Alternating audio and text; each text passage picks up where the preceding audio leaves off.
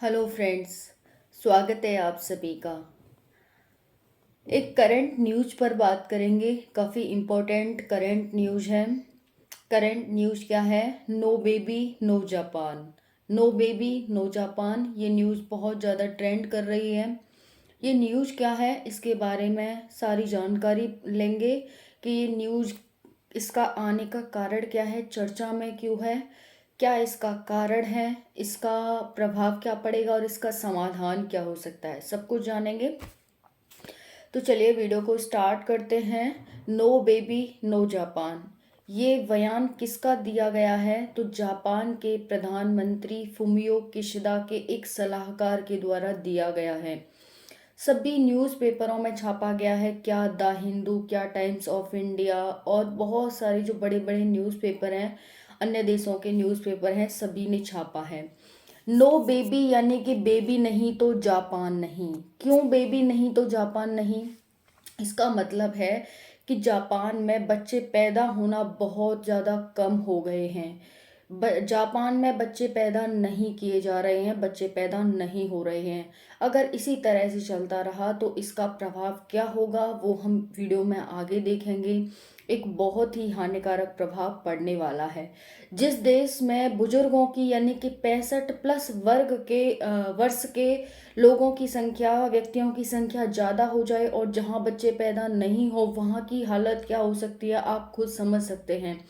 आप अपने घर का एग्जाम्पल ले सकते हैं। जैसे आपके घर में दादाजी होंगे, दादाजी के भी जो बड़े दादाजी होते हैं वो होंगे, तो आप उनसे भी सोच सकते हैं कि वो क्या हैं, वो उन्होंने अपनी लाइफ टाइम मेहनत की, लेकिन अब उनका सेवा कराने का टाइम है। अब वो सेवा करेंगे, अब वो कमाएंगे नहीं, ठीक है। तो अब घर का खर्चा कैसे चलेगा? सेम यही देश पर अप्लाई होता है। जब बच्चे होते हैं, युवा होते हैं, उन्हें कहा जाता है कि ये देश का भविष्य है। लेकिन जब देश का भविष्य पैदा ही नहीं होगा तो उस देश का भविष्य क्या हो सकता है? यानी बच्चे नहीं तो देश नहीं। तो इसका मतलब यही है। तो चलिए बात करते हैं। अगर हम बात करें यहाँ जापान में एक वर्ष में यहाँ पर 8 लाख बच्चे पैदा हो रहे हैं और उससे दुगनों की मृत्यु हो रही है। यानी कि 8 लाख पैदा हो रहे हैं तो 16 लाख बच्चों की नहीं बल्कि बुजुर्गों की। जैसे कहा जाता है ना, जितने बच्चे पैदा हों और उतने ही बुजुर्ग अगर उनकी मृत्यु होती रहे तो कोई फर्क नहीं पड़ने वाला देश पर। लेकिन पैदा कम हो रहे हैं और बुजुर्ग ज़्यादा मर रहे हैं। उसके बाद भी यहाँ पर आप बुजुर्गों की संख्या देख सकते हैं कि टोटल संख्या का 65% यहाँ पर बुजुर्ग हैं, ठीक है। तो एक वर्ष में 8 लाख बच्चों का जन्म हो रहा है, दुगने की मृत्यु हो रही है।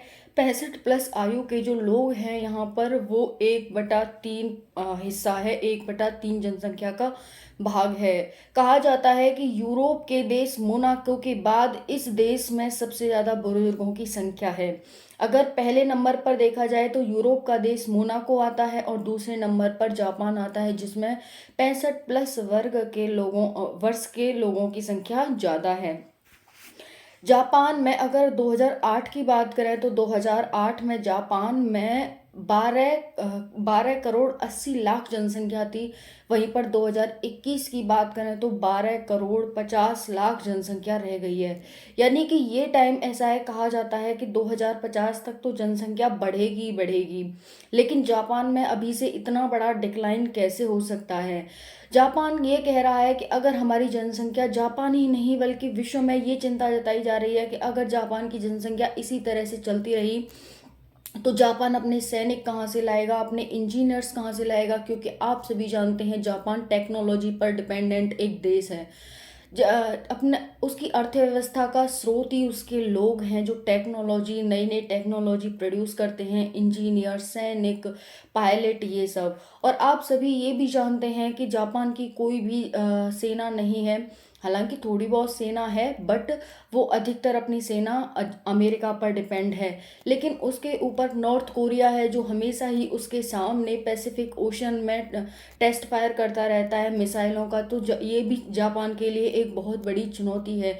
इन सबको ध्यान में रखते हुए जापान को ये बहुत चिंता हो रही है कि अगर उसके देश में बच्चे पैदा नहीं हुए तो उसके देश का भविष्य क्या होगा, ठीक है। तो चलिए अब जानते हैं टोटल फर्टिलिटी रेट क्या होता है। यानी कि प्रजनन दर क्या होती है, टोटल फर्टिलिटी रेट।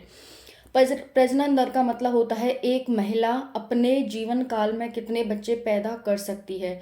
देखो, अगर हम यूएन की माने तो यूएन ने 2.1 बच्चा पर महिला बात कही है कि वो अपने टोटल प्रजनन काल में।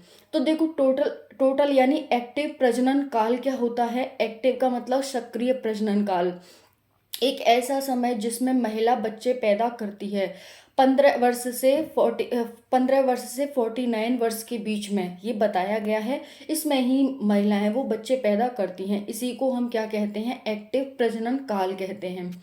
जब हम टोटल फर्टिलिटी रेट निकालते हैं तो हम 15 से 49 यानी कि सक्रिय प्रजनन काल में महिलाओं द्वारा पैदा किए गए बच्चे को हम महिलाओं के यानी कि कुल महिलाओं द्वारा जैसे सपोज दैट 1000 महिलाओं ने 2100 बच्चे, 2200 बच्चे, 2300 बच्चे पैदा किए, तो 2300 बच्चों को हम 1000 महिलाओं से डिवाइड कर देते हैं, हमारे पास टोटल फर्टिलिटी रेट आ जाता है। यूएन के द्वारा टीएफआर की वैल्यू 2.1 बच्चा पर महिला बताया गया है औसतन। ठीक है, कि मतलब एक महिला अपने पूरे जीवन काल में 2.1 बच्चा ही पैदा करे तो देश के लिए ये ठीक है, लेकिन अगर इससे ज़्यादा या कम करे तो फिर वो हानिकारक है। लेकिन हम जापान की बात करें तो टीएफआर जापान में 1.4 है। ठीक है, यानी कि 1.4 जो बच्चा है वही पैदा किया जा रहा है जापान में।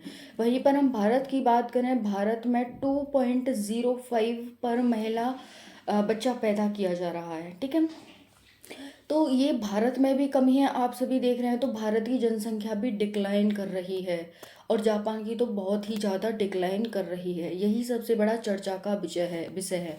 तो कभी भी आपसे टोटल फर्टिलिटी यूएन के अनुसार पूछा जाए तो आप 2.1 बताएंगे, जापान की पूछी जाए तो 1.4 बताएंगे, भारत की पूछी जाए तो 2.05 बताएंगे। ठीक है, टोटल फर्टिलिटी रेट क्या होता है ये, इसका फॉर्मूला भी आपको पता होना चाहिए। चलिए अब हम नेक्स्ट बात करते हैं कि कमी का कारण क्या है, जापान में ये कमी क्यों हो रही है, बच्चा क्यों पैदा नहीं किए जा रहे हैं। तो पहला है यहाँ पर वुमेन एम्पावरमेंट। वुमेन एम्पावरमेंट हो रही हैं, जो महिलाएं हैं वो भी नौकरी कर रही हैं। ठीक है, क्योंकि महंगाई बहुत ज़्यादा हो गई है, इस वजह से महिलाएं भी नौकरी कर रही हैं, वो भी डिपेंडेंट होना चाहती हैं, वो भी अर्थव्यवस्था में अपना सहयोग करना चाहती हैं, भागीदार बनना चाहती हैं। क्योंकि जब वो भागीदार नहीं बनती तो कहा जाता है कि 50% जो जनसंख्या है, एवरेज माना जाता है ना कि 50% पुरुष हैं, 50% महिलाएं, तो कहा जाता है कि आधी जनसंख्या है वो अर्थव्यवस्था में योगदान ही नहीं देती है। अगर वो देने लगे तो अर्थव्यवस्था कहाँ से कहाँ चली जाए। तो इसी बात को ध्यान में रखते हुए जापान की महिलाएं बढ़ चढ़कर पार्टिसिपेट कर रही हैं वर्क फोर्स में, और वो ऑफिस वर्क और यहाँ तक कि प्रोफेशनल कोर्स भी वो चुन रही हैं।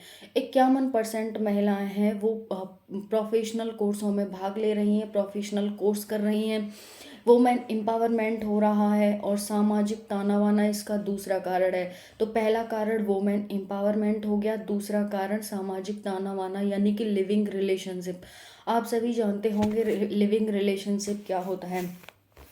नेक्स्ट बात करते हैं महिलाओं की ये सोच कि वो बच्चा पैदा नहीं करेंगी, शादी करना नहीं चाहती हैं, परवरिश करना नहीं चाहती हैं, बच्चों की घर संभालना नहीं चाहती हैं, क्योंकि वो काम करना चाहती हैं, वो अपने हाथ पैरों पर खड़ा होना चाहती हैं। वो अब इन सभी चीज़ों को बोझ समझने लगी हैं। ठीक है, नेक्स्ट है पुरुष वर्क फोर्स डिक्लाइन करेगा ऑब्वियसली, पर और इसका नेक्स्ट फोर्थ कारण है पलायन, यानी कि जो जापान के लोग हैं वो अन्य देशों में पलायन कर रहे हैं, ये भी एक बड़ा कारण है यहाँ पर जनसंख्या की कमी होने का। वृद्धों की मृत्यु हो रही है, ये एक सबसे बड़ा कारण है। महंगाई ज़्यादा हो रही है कि बच्चों का अगर बच्चे पैदा हो जाएंगे तो भरण पोषण हम उनका कैसे करेंगे। ठीक है, इसीलिए दोनों को, महिला और पुरुष दोनों को कमाना ज़रूरी है। इसका समाधान क्या हो सकता है, इसका समाधान ये हो सकता है कि लोग जापान में जा कर के रहने लग जाएं, ठीक है। और जो वहाँ की गवर्नमेंट है वो महिलाओं को ज़्यादा से ज़्यादा प्रोत्साहित करे कि भाई आप बच्चे पैदा करो तो हम आपको और ज़्यादा सैलरी देंगे, ठीक है। जैसे वो काम कर ही रही हैं तो काम में ही उन्हें अच्छा से और कराया जाए। देखो, एक सबसे बड़ा कारण और है जापान में बच्चे कम पैदा होने का, क्योंकि सरकारी नौकरियां होती हैं वहाँ पर तो आपको मैटरनिटी लीव मिल जाती है, लेकिन गवर्नमेंट जॉब में मैटरनिटी लीव आपको अपनी सैलरी काट करके ली जाती है। फिर नेक्स्ट ये होता है कि ऑफिस वगैरह में समझा जाता है कि महिला अच्छे से काम नहीं कर पाती, क्योंकि भाई वो बच्चे वो करेगी, पालेगी या फिर वो काम करेगी, इस तरह से कुछ समझा जाता है। तो ये सारे कारण हैं। बाकी और कोई भी हो, समाधान इसका यही है कि सरकार ज़्यादा से ज़्यादा महिलाओं को प्रोत्साहित करे, उन्हें सैलरी में छूट दे, उनकी सैलरी को बढ़ा दे, ठीक है। और ये सारा है। बल और कोई आपके मन में सुझाव आ रहा हो तो आप भी कमेंट सेक्शन में कमेंट कर सकते हैं, ठीक है। तो आई होप आप सभी को अच्छे से समझ में आ गई होगी सारी न्यूज़। चलिए मिलते हैं नेक्स्ट वीडियो में। जय हिंद, जय भारत।